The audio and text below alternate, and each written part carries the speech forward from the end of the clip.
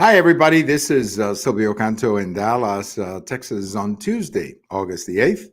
And welcome to our commentary. Just a quick heads up. I have a post over at The American Thinker on Tuesday morning. You can read it at The American Thinker, or you can follow it on my blogs. I usually reprint my American Thinker post on my personal blog. And the post is about the women's soccer team.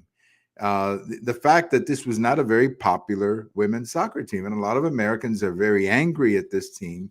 Not so much because they lost. I think teams can lose.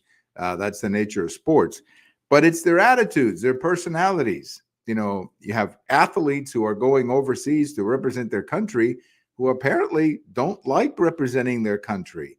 And I think the general consensus seems to be, look, if you don't like the national anthem, if you don't like your country, you don't have to play for your country. Take off the uniform and let some other young woman play who is not only a patriotic young woman, who's not only appreciative of the fact that the United States is a great country, but who will go out there and give it her best.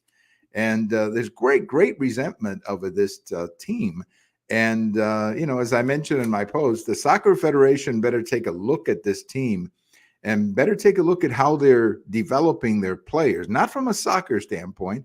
I don't have any beef with that, but putting on the team a bunch of young women who apparently have political ambitions or want to be political philosophers when nobody watches a women's soccer tournament to hear the political philosophy of one of the players. So I hope the Soccer Federation learned their lesson, because it's going to be a lot more difficult to get people interested in this team if you've got players with attitudes like the ones that we saw. So check out my post. It's over at the American Thinker. Well, you probably have been following the story. Ever since Governor Abbott last summer began to send migrants to New York City, to Chicago, LA, these so-called sanctuary cities.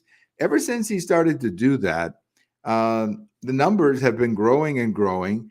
And now you have a situation in New York City where the people are in rebellion over these. I mean, there's no way that the city doesn't have the resources to pay for all of this. They don't have the room. They don't have the jobs for these people. So you have people sleeping on the streets, which is, that's a pretty bad thing to have to sleep on the streets of New York, especially with this heat and humidity that they have in New York. Well, another state has now thrown up the white flag, I guess, and that's the state of Massachusetts, where the Democrat governor has basically declared an emergency over the migrant crisis. And they're saying, we just cannot handle this. We don't have the resources. We don't have the room. We don't have the jobs. We cannot handle this. This is a federal problem. Yeah, it is a federal problem, Madam Governor. You're exactly right about that. It is a federal problem, but you're not mailing your complaint to the right place. Don't say that it's a federal problem and then don't direct your criticism to the source of the problem, which is the Biden White House. I've been saying it for some time that what the Biden White House did at the border was to create what we're seeing right now, which is a migrant crisis across the country. I'm not even going to talk about, the situation on the border with the cartels and the fentanyl and all of that. That's another problem. But I'm talking about just the humanitarian crisis of all of this, having these people coming into the United States without jobs, without immigration. I mean, when you get a ticket that says, we're going to hear your case in 5 years, that's not immigration. That's not asylum.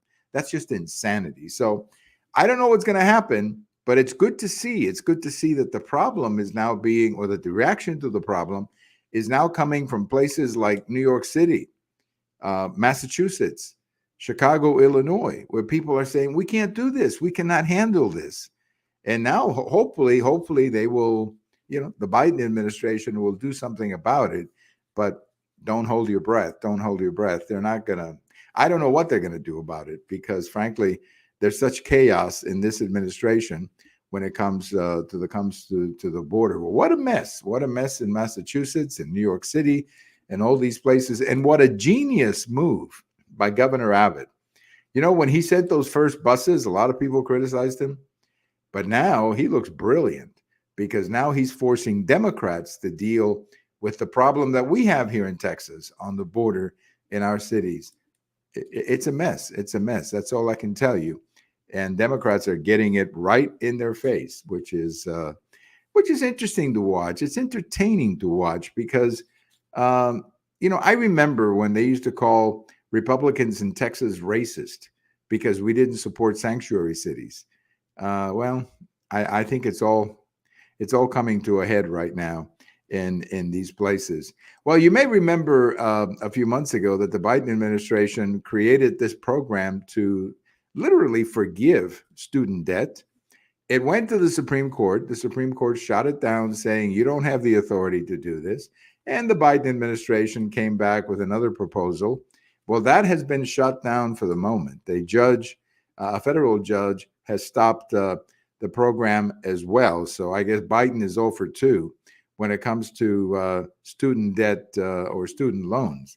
And we'll see where it goes. I don't think it's going to go very far. I think if it goes any further up, the Supreme Court will kill it again because the president doesn't have the authority to do stuff like this. This is not something that the federal government or the president has the authority to do it. If anybody has the authority to do this or should do this, it's the Congress. And the Congress is not going to do anything about these student loans. Hopefully, the students who are taking these loans are starting to have second thoughts about the kind of money that they're committing themselves to. And maybe they're looking at another options like technical schools or other careers where they don't have to invest $100,000 in degrees that are not going to be very productive when they graduate. So hopefully that is a unintended consequence of all of this. But it's about time that we started telling our young people to go to technical schools or other careers where there's a lot more jobs and a lot less student debt along the way. President Biden is in the West today promoting climate change, but climate change continues to be a loser for this administration. And that's because climate change is very difficult to explain to people. Climate change is one of those abstract ideas that is very difficult to explain to people, politically, that is. Because if you're going to tell a family in Massachusetts, in Michigan, in New York, in Texas, and so on, if you're going to tell a family you're going to have to pay a lot more for your electricity, and you're going to have to pay a lot more for your gasoline so that we can meet some hypothetical climate change ideas, that's a disaster, which is one of the reasons why climate change has never really taken off. It's very difficult politically to explain it to people. This is not to say that we shouldn't talk about the climate. This is not to say that there, isn't some climate change and some things that we may be able to do. I'm not opposed to any alternatives to fossil fuels. But what I am opposed to is passing all this cost to consumers and driving gasoline prices to crazy levels and driving the cost of heating or cooling your home to crazy levels and driving a lot of middle-class families into bankruptcy because they cannot cool their homes or heat their homes or pay for the cars or pay for the gasoline. Just think about this for a second. The other day I paid $3.49 to fill my tank. Now, the last month of the Trump presidency, it was $2. Now, just think about that for a second. $2, $3.49, that's about $1.50 more per gallon. Think of the impact that has on your family budget. When I could fill up my tank before for $30, and now it takes $50, that's about $15 to $20 that is coming out of my pocket and going into the pump. Well, that's $15 to $20 that I don't have in my budget because it went into the gasoline. And the same is true with other things like air conditioning expenses and heating expenses and all of that. So what can I tell you? Well, I see somebody's praying for me all the way up in Denton. All right, buddy. Thanks. Always enjoy people who pray for me. That's seriously, that's a good thing. It's a good thing to have friends who pray for you. That's a good thing. Well, it was on this day in 1974, and I'm old enough to remember this one. It was on this day in 1974 that President Nixon went on national television to announce that he'd be resigning the presidency the next day effective at noon. And then Vice President Ford became president the next day. And for those of us who had a chance to remember that, it was a pretty historic moment. It's the only time that it's ever happened, hopefully, the only time that it will ever happen again.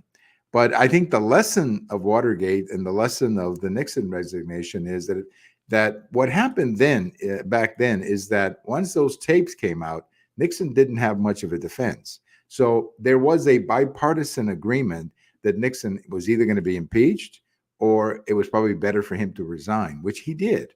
And I'm glad that he did, because I think it was better for the country that he resigned and we didn't have to go through all the trials and stuff like that. So the Nixon resignation speech about this time in the evening, back on this day in 1944. And of course, it was a two-step process, Nixon resigning on television, and then of course, President or Vice President Ford becoming President Ford the next day. A very exciting moment. If you have not seen this, most of it, I suppose, it's available on YouTube or the internet or wherever you can see it. It was a very historic moment, and I'm, I guess, lucky to have been around to see it all. Thank you for listening. This is Silvio Canto. Dave, thanks for your thoughts, and we'll talk to you later. Bye-bye, everybody.